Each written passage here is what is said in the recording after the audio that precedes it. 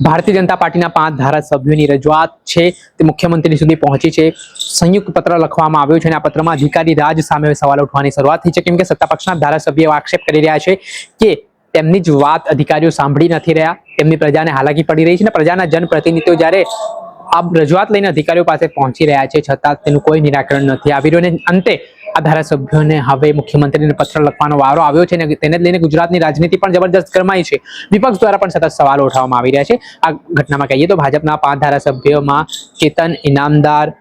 જે સાવલીના ધારાસભ્ય છે, સાથે જ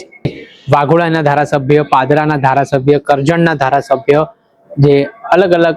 5 જેટલા ધારાસભ્યો છે ભારતીય જનતા પાર્ટીના અલગ અલગ વિસ્તારના, તેમના દ્વારા રજૂઆત કરવામાં આવતા ધારાસભ્યએ ચૈતર વસાવાએ શું પ્રતિક્રિયા આપી આ મામલામાં તેમને સાંભળો। ભાજપના જ વડોદરા જિલ્લાના 5 જેટલા ધારાસભ્યએ મુખ્યમંત્રીને પત્ર લખ્યો અને એવી વેદના વ્યક્ત કરી કે છેલ્લા 30 વર્ષથી ભારતીય જનતા પાર્ટીનું શાસન છે। એક હત્તું શાસન તાલુકા જિલ્લા પંચાયતથી લઈને મહાનગરપાલિકાથી લઈને ગુજરાત સરકાર, દેશની સરકાર ભારતીય જનતા પાર્ટીની હોય અને શાસક પક્ષના ધારાસભ્ય તરીકે અમારી રજૂઆત અમારા કલેક્ટર નથી સાંભળતા, જિલ્લાના જિલ્લા વિકાસ અધિકારી નથી સાંભળતા, કમિશનર નથી સાંભળતા, એસપી નથી સાંભળતા, એવી આજે એમણે રજૂઆત કરી, એક પત્ર પાઠવ્યો। ત્યારે સાથીઓ વિચાર કરો, આ 30 વર્ષના એક હત્તું શાસનમાં ભારતીય જનતા પાર્ટીના પોતાના ધારાસભ્યને કોઈ સાંભળતું ના હોય, ભારતીય જનતા પાર્ટીના ધારાસભ્યનું કોઈ માનતું ના હોય, તો તમારા અને અમારા જેવા સામાન્ય નાગરિકોની તો શું દશા થતી હશે।